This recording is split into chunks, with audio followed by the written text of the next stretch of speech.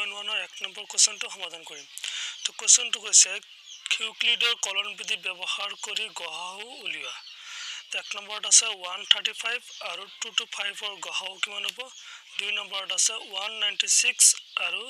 38220 আৰু 3 নম্বৰত আছে 867 আৰু 255 7 নম্বৰ কোশ্চেনটো আছে 135 আৰু 2 to 5 ৰ গহাও কিমান হ'ব তো আমি 2 to 5 টো যেটো ডাঙৰ 135 ত কৈ এখানে আমি লিখি লৈছো ইউক্লিডৰ কলন বিধি ব্যৱহাৰ কৰি কৰাৰ পিছত ফাৰ্ষ্টত আমি ইয়াত লিখিম 2 to 5 ইকুৱেল টু 135 এটা 135 2 to 5 ত একবাৰ যাব যদি তাৰ ভাগে কোলাব আমাৰ 90 এটা সেম ধৰণে আমি 135 টো ইয়াতে আনিম 90 টো ইয়াত লৈ আহিম তো 135 ইকুৱেল টু এটা a 90 135 ত আকৌ একবাৰ যাব আৰু ভাগে কোলাব 45 এটা সেম আমি কৰিম 90 টো আগত লৈ আহিম 45 টো ইয়াত লৈ আহিম তাত আমি লিখিলো 90 ইকুৱেল টু 45